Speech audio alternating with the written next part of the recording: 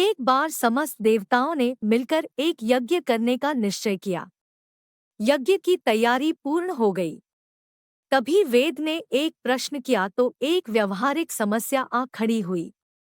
ऋषिमुनियों द्वारा किए जाने वाले यज्ञ की हविष तो देवगण ग्रहण करते थे, लेकिन देवों द्वारा किए गए यज्ञ की पहली आहुति किसकी होगी? यानी सर्वश्रेष्ठ देव का निर्धारण जरूरी था, जो फिर अन्य सभी देवों को यज्ञ भाग प्रदान करे। ब्रह्मा विष्णु महेश परमात्मा थे। इनमें से श्रेष्ठ कौन है, इसका निर्णय आखिर हो तो कैसे? भृगु ने इसका दायित्व संभाला। वह देवों की परीक्षा लेने चले। ऋषियों से विदा लेकर वह सर्वप्रथम अपने पिता ब्रह्मदेव के पास पहुंचे। ब्रह्मा जी की परीक्षा लेने के लिए भृगु ने उन्हें प्रणाम नहीं किया। इससे ब्रह्मा जी अत्यंत कुपित हुए और उन्हें शिष्टता सिखाने का प्रयत्न किया। भृगु को गर्व था कि वह तो परीक्षक है, परीक्षा लेने आए हैं। पिता पुत्र का आज क्या रिश्ता? भृगु ने ब्रह्मा देव से अशिष्टता कर दी। ब्रह्मा जी का क्रोध बढ़ गया और अपना कमंडल लेकर पुत्र को मारने भागे। भृगु किसी तरह वहां से जान बचाकर भाग चले आए। इसके बाद वह शिव जी के लोक कैलाश गए।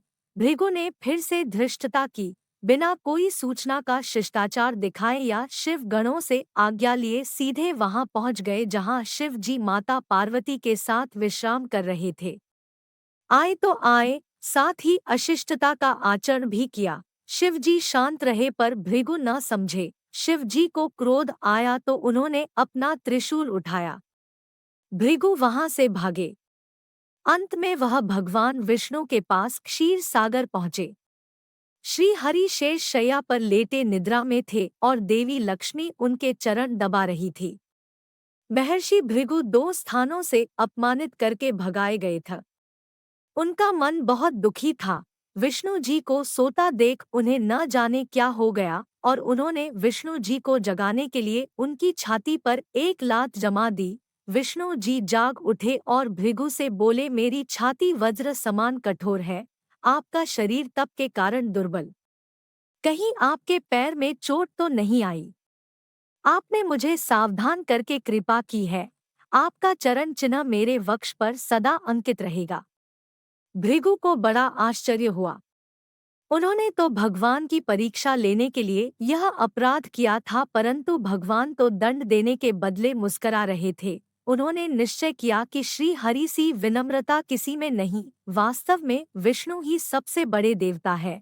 लौटकर उन्होंने सभी ऋषियों को पूरी घटना सुनाई। सभी ने एक मत से यह निश्चय किया कि भगवान विष्णु को ही यज्ञ का प्रधान देवता समझकर मुख्य भाग दिया जाएगा।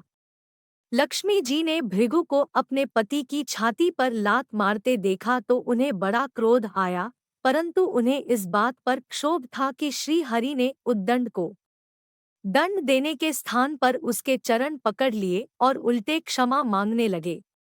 क्रोध से तमतमाई महालक्ष्मी को लगा कि वह जिस पति को संसार का सबसे शक्तिशाली समझती है, वह तो निर्बल है। यह धर्म की रक्षा करने के लिए अधर्मियों एवं दुष्टों का नाश कैसे करते होंगे? महालक्ष्मी ग्लानि में भर गई और मन श्री हरि से उचट गया।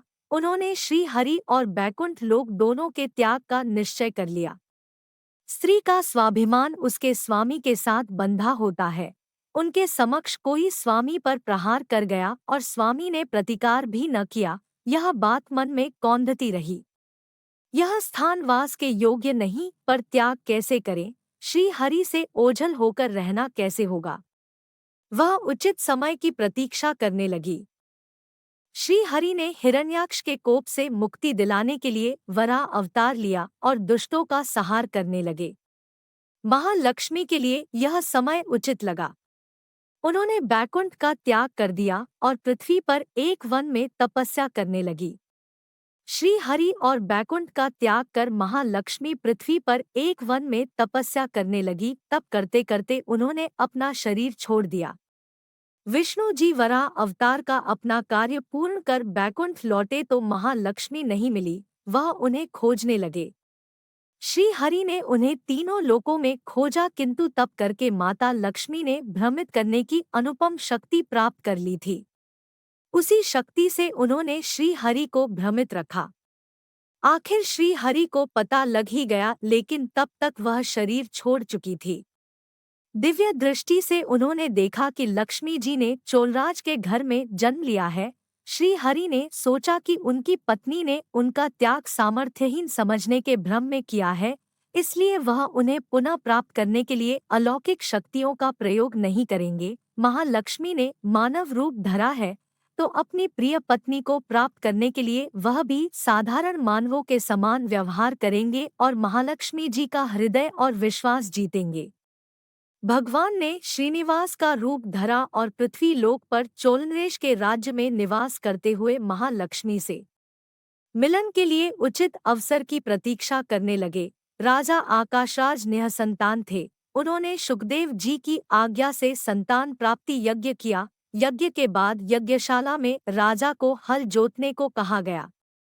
राजा ने हल जोता तो हल का फल किसी वस्तु से टकराया। राजा ने उस स्थान को खोदा तो एक पेटी के अंदर सहस्रदल कमल पर एक कन्या विराज रही थी। वह महालक्ष्मी थी। राजा के मन की मुराद पूरी हो गई थी। चूंकि कन्या कमल के फूल में मिली थी, इसलिए उसका नाम रखा गया पद्मावती। पद्मावती नाम के अनुरूप ही रूपवती और गुणवती थी।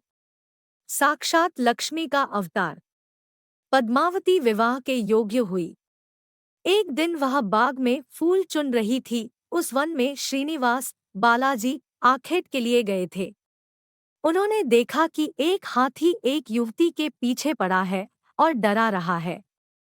राजकुमारी के सेवक भाग खड़े हुए।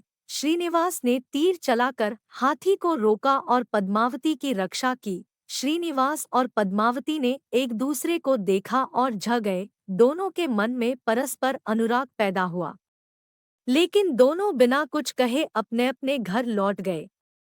श्रीनिवास घर तो लौट आए, लेकिन मन पद्मावती में ही बस गया। वह पद्मावती का पता लगाने के लिए उपाय सोचने लगे। उन्होंने ज्योतिषी का रूप धरा और भविष्य वाचने के बहाने पद्मावती को ढूंढने निकले। धीरे धीरे ज्योतिषी श्रीनिवास की ख्याति पूरे चोल राज में फैल गई। पद्मावती के मन में भी श्रीनिवास के लिए प्रेम हुआ था। वह उनसे मिलने को व्याकुल थी, किंतु कोई पता ठिकाना न होने के कारण उनका मन चिंतित था। इस चिंता और प्रेम विरह में उन्होंने भोजन, श्रृंगार आदि का त्याग कर दिया। इसके कारण उसका शरीर कृशकाय होता चला गया।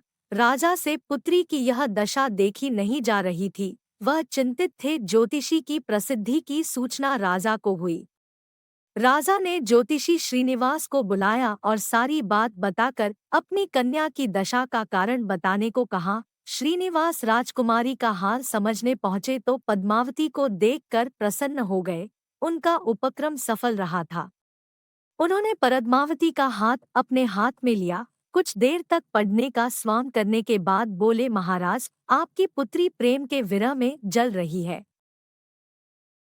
आप इनका शीघ्र विवाह करे दे तो स्वस्थ हो जाएंगी। पद्मावती ने अब श्रीनिवास की ओर देखा। देखते ही पहचान लिया। उनके मुख पर प्रसन्नता के भाव आए और वह हंसी। काफी दिनों बाद पुत्री को प्रसन्न देख राजा को लगा कि ज्योतिषी का अनुमान सही है। राजा ने श्रीनिवास से पूछा, ज्योतिषी महाराज, यदि आपको यह पता है कि मेरी पुत्री प्रेम के विरह में पीड़ित है, तो आपको यह भी सूचना होगी कि मेरी पुत्री को किससे प्रेम है। उसका विवाह करने को तैयार हूँ। आप उसका परिचय दें। श्रीनिवास ने कहा, आपकी पुत्री एक दिन वन में फूल चुनने गई थी। एक हाथी ने उन पर हमला किया तो आपके सैनिक और दासियां भाग खड़ी हुई। राजकुमारी के प्राण एक धनुर्धर ने बचाए थे। राजा ने कहा, हाँ, मेरे सैनिकों ने बताया था कि एक दिन ऐसी घटना हुई थी। एक वीर पुरुष ने उसके प्राण बचाए थे, लेकिन मेरी पुत्री के प्रेम से उस घटना का क्या तात्पर्य। श्रीनिवास ने बताया, आपकी पुत्री को अपनी जान बचाने वाले उसी युवक से प्रेम हुआ है। राजा के पूछने पर श्रीनिवास ने कहा, वह कोई साधारण युवक नहीं, बल्कि शंख चक्रधारी स्वयं भगवान विष्णु है। इस समय बैकुंठ को छोड़कर मानव रूप में श्रीनिवास के नाम से पृथ्वी पर वास कर रहे हैं। आप पुत्री का विवाह उनसे करें।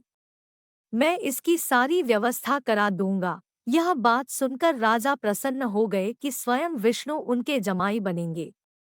श्रीनिवास और पद्मावती का विवाह तय हो गया। श्रीनिवास रूप में श्री हरि ने शुकदेव के माध्यम से समस्त देवी देवताओं को अपने विवाह की सूचना भिजवा दी। शुकदेव की सूचना से सभी देवी देवता अत्यंत प्रसन्न हुए। देवी देवता श्रीनिवास जी से मिलने और बधाई देने पृथ्वी पर पहुंचे, परंतु श्रीनिवास जी को खुशी के बीच एक चिंता भी होने लगी। देवताओं ने पूछा, भगवन, संसार की चिंता हरने वाले आप इस उत्सव के मौके पर इतने चिंतातुर क्यों हैं? श्रीनिवास जी ने कहा, चिंता की बात है, धन का अभाव। महालक्ष्मी ने मुझे त्याग दिया, इस कारण धनहीन हो चुका हूँ। स्वयं महालक्ष्मी ने तब से शरीर त्याग मानव रूप लिया है और पिछली स्मृतियों को गुप्त कर लिया है। इस कारण उन्हें यह सूचना नहीं है कि वह महालक्ष्मी का स्वरूप है, वह तो स्वयं को राजकुमारी पद्मावती ही मानती है। मैंने निर्णय किया है कि जब तक उनका प्रेम पुनः प्राप्त नहीं करता अपनी माया का उन्हें आभास नहीं कराऊंगा। इस कारण मैं एक साधारण मनुष्य का जीवन व्यतीत कर रहा हूँ और वह है राजकुमारी। राजा की पुत्री से शादी करने और घर बसाने के लिए धन, वैभव और ऐश्वर्य की जरूरत है, वह मैं कहाँ से लाऊं? स्वयं नारायण को धन की कमी सताने लगी। मानव रूप में आए प्रभु को भी विवाह के लिए धन की आवश्यकता हुई। यही तो ईश्वर की लीला है। जिस रूप में रहते हैं उस योनि के जीवों के सभी कष्ट सहते हैं। श्री हरि विवाह के लिए धन का प्रबंध कैसे हो, इस बात से चिंतित है। देवताओं ने जब यह सुना तो उन्हें आश्चर्य हुआ। देवताओं ने कहा, कुबेर आवश्यकता के बराबर धन की व्यवस्था कर देंगे। देवताओं ने कुबेर का आह्वान किया तो कुबेर प्रकट हुए। कुबेर ने कहा, यह तो मेरे लिए प्रसन्नता की बात है कि आपके लिए कुछ कर सकूं। प्रभु, आपके लिए धन का तत्काल प्रबंध करता हूँ। कुबेर का कोष आपकी कृपा से ही रक्षित है। श्री हरि ने कुबेर से कहा, यक्षराज कुबेर, आपको भगवान भोलेनाथ ने जगत और देवताओं के धन की रक्षा का दायित्व सौंपा है। उसमें से धन मैं अपनी आवश्यकता के हिसाब से लूंगा अवश्य, पर मेरी एक शर्त भी होगी। श्री हरि कुबेर से धन प्राप्ति की शर्त रख रहे हैं। श्री हरि कुबेर से धन प्राप्ति की शर्त रख रहे हैं। यह सुनकर सभी देवता आश्चर्य में पड़ गए। श्री हरि ने कहा, ब्रह्मा जी और शिव जी साक्षी रहें, कुबेर से धन ऋण के रूप में लूंगा जिसे भविष्य में ब्याज सहित चुकाऊंगा। श्री हरि की बात से कुबेर समेत सभी देवता विस्मय में एक दूसरे को देखने लगे। कुबेर बोले, भगवन, मुझसे कोई अपराध हुआ तो उसके लिए क्षमा कर दें, पर ऐसी बात न कहें। आपकी कृपा से विहीन होकर मेरा सारा कोष नष्ट हो जाएगा। श्री हरि ने कुबेर को निश्चिंत करते हुए कहा, आपसे कोई अपराध नहीं हुआ।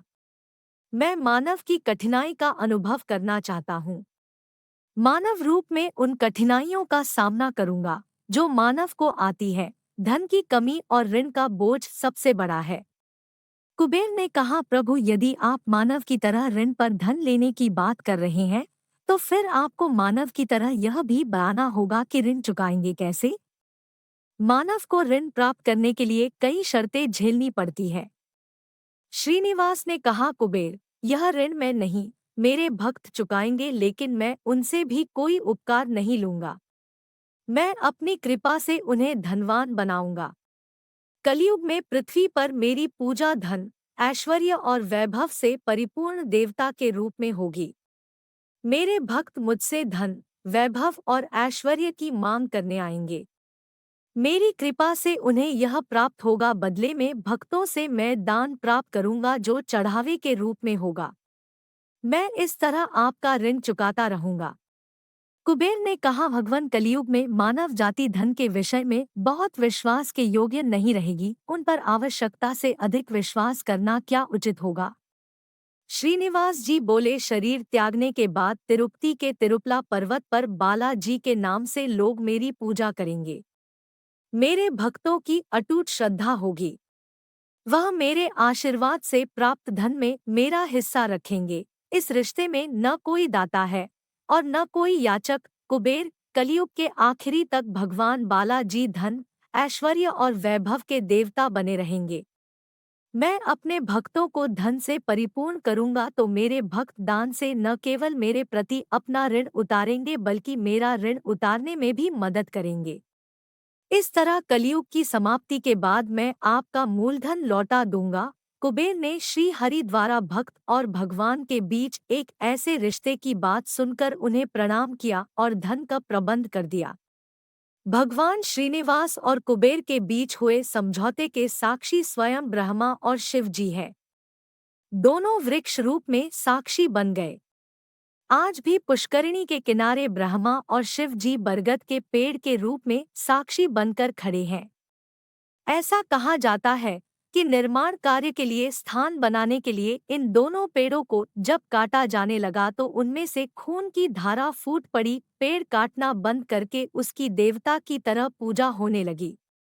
श्रीनिवास और पद्मावती की शादी पूरे धूमधाम से हुआ जिसमें सभी देवगण पधारे। भक्त मंदिर में दान देकर भगवान पर चढ़ा ऋण उतार रहे हैं, जो कलयुग के अंत तक जारी रहेगा। दोस्तों, वीडियो कैसी लगी कमेंट में ज़रूर बताएं। साथ ही वीडियो को लाइक शेयर ज़रूर करें। अगर चैनल पर नए हो तो चैनल को सब्सक्राइब ज़रूर करें।